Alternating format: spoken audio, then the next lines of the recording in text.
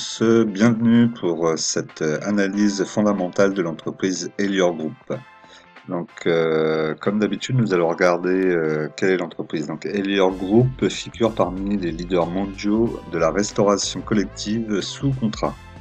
Le groupe assure la gestion de restaurants situés dans les entreprises et les administrations, 40,8% de son chiffre d'affaires, les établissements de soins et les maisons de retraite à 30,2% et les établissements d'enseignement à 29%. En outre, Elior Group propose des prestations de services associés, donc nettoyage, gardiennage et maintenance. Donc répartition, donc 55% de son chiffre d'affaires est réalisé à l'international. Ça, je le savais pas, c'est peut-être une bonne nouvelle pour eux. Nombre d'employés, donc là c'est assez impressionnant, 104 566 personnes. Ils ont du personnel. Ok. Alors du coup nous sommes sur les chiffres de l'entreprise Elior Group. Donc actuellement l'action cote à 7,34 €, donc plus 5,61% à l'heure où je vous parle. Donc aujourd'hui on est le 24 février. On va regarder l'importance entre la capitalisation et la valeur de l'entreprise. Donc ce qui peut déjà donner un signe que ça peut être intéressant effectivement d'y rentrer. La capitalisation, je vous rappelle que c'est le nombre d'actions multiplié par la valeur de l'action à l'instant T. Voilà. Le PRE, donc nous sommes à moins 15,3, que c'est pas très positif, on va dire. Dans le même secteur, on est plutôt aux alentours de 20-26. Donc le PRE pas top, on va dire là-dessus. Un peu trop bas peut-être, c'est peut-être lié à la capitalisation. Le rendement, donc là on voit que il n'y aura pas de dividende versé ni l'année dernière ni cette année de prévu. Si on regarde 2018, c'était 2,55. La prochaine fois qu'il l'annoncerait, c'est 2022, et encore si c'est le cas, on serait sur 1,85, et ensuite 2023, 3,18. Bon, ça me paraît peut-être le reste. Ensuite, qu'est-ce qu'on peut regarder? Donc là, ici, vous avez le nombre d'actions.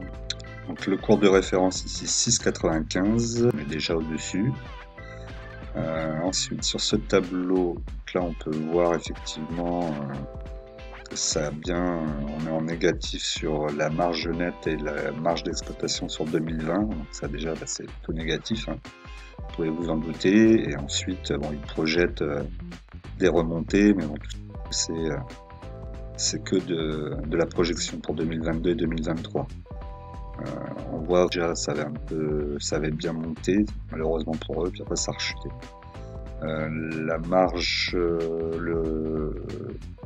La marge d'exploitation en jaune, elle suit un peu le même cours, on est entre 0, moins et 5 ici. On voit qu'elle est plus ou moins sur la même distance en 2018, elle reviendra plus ou moins la même chose en 2023. Voilà. Ouais, même que le résultat sur 2020. Vraiment, c'est pas positif, vous en doutez. Ensuite, faire donc le chiffre d'affaires. En 2018, on était à plus de 6 millions. Alors du coup, pour le chiffre d'affaires, donc on voit que le chiffre d'affaires 2018 en plus de 6 milliards, 6 millions. 2019, 2020 en dessous des 4. Bon, et 2021, ils projettent de refaire la même chose que 2020. Et ensuite des projets assez lentement quand même 2022-2023. C'est pas, encore une fois, là c'est pas très positif. EBITDA pareil, on est en descente, hein. On sera sur 3 années consécutives de descente, et 2021, rien nous dit qu'ils font vraiment ce chiffre-là. Marge d'exploitation, donc 2018 on était à 3,5%, ce qui n'est pas trop mal. Et là après on est en négatif sur 2020, 2021, et on serait soi-disant repartir en 2022. Résultatif est en constante baisse pendant 4 ans de suite, hein, 2018, 2019, 2020, 2021. Ça aussi, c'est pas bon signe. Forcément, la marche est pareil. Bénéfice, donc, il est alors 0,19 en 2018, 1,53, 1,54 pardon en 2019, moins 2,78 en 2020, moins 0,45 en 2021. C'est pareil, c'est pas bon du tout. Les dividendes ne se maintiennent pas et sont pas progressifs, puisqu'on voit 2018 0,34, 2019 0,29. Ça non plus, c'est pas. C'est que la dette était plus importante en 2019, mais elle est en train de repartir à la hausse forcément. Le leverage, donc le nombre d'années pour rembourser leur dette, ils sont à plus de 5 ans, puisqu'ils sont à 5,73. Donc je vous rappelle qu'à partir de au-dessus de 4 même, c'est à éviter totalement. Le free cash flow, il est en négatif pour l'année 2021, et c'est pareil, il était en diminution depuis 4 ans. Pas bon non plus. Qu'est-ce qu'on peut regarder? Les capitaux propres peut-être. Alors capitaux propres, c'est pareil, hein, ça c'est pas bon, même s'ils avaient bien récupéré des capitaux propres en 2019, c'est en train de repartir. Le BVPS, donc je vous rappelle que c'est l'actif net par action, donc ça serait ce que vous auriez soi-disant, ce que vous devriez garder si l'entreprise devait faire faillite demain, on serait remboursé de cette partie-là. 5,94 sur une action qui fait 7,34 €. Bon, voilà, ça serait peut-être la seule partie positive d'investissement que l'entreprise a fait. Donc l'entreprise en 2018 investissait 4,30% de son chiffre d'affaires. Aujourd'hui, elle n'investit plus que 2,56%. En plus, il n'y a pas d'investissement, très peu. Sur la situation financière, dans le tableau, on peut revoir tout ce qu'on a vu un peu plus haut, hein, la trésorerie, donc en bleu, les parties, lorsqu'elles sont sous la ligne, c'est du négatif, c'est de la dette. Donc la dette est toujours présente, hein, ils ont du mal à s'en débarrasser. L'EBITDA, la valorisation de l'entreprise, donc l'entreprise pas forcément très bien valorisée, on voit même que dans le futur, ça va pas être super.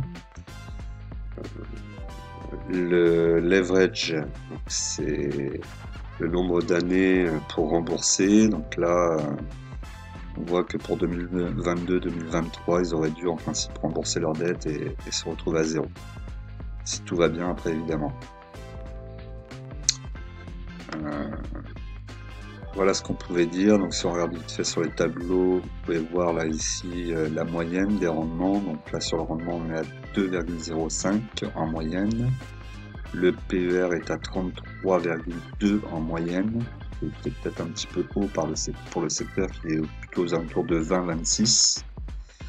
Le petit tableau en haut, vous voyez le bénéfice net par action, le dividende.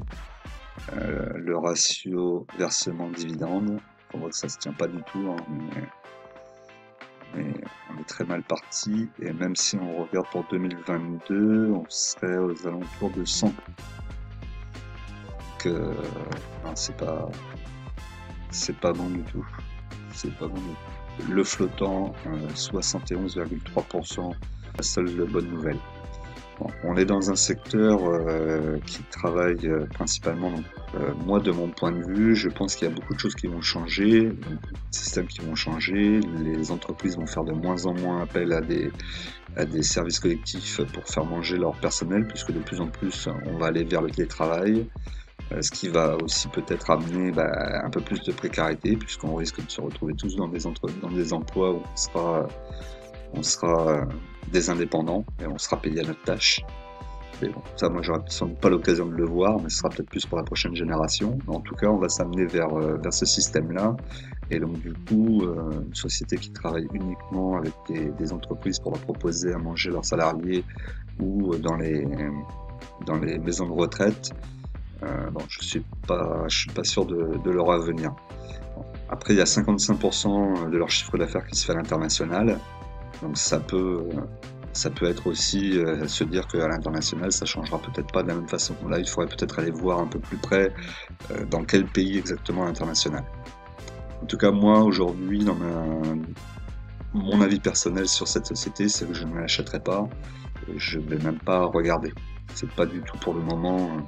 On verra ça peut-être après la crise d'ici 2023-2024, mais sûrement pas maintenant. Voilà, c'était juste mon avis personnel. En plus, il n'y a pas de dividendes, donc je vais plutôt sur les entreprises à dividendes. À laisser des commentaires, des likes, et vous pouvez aussi venir me rejoindre sur Telegram.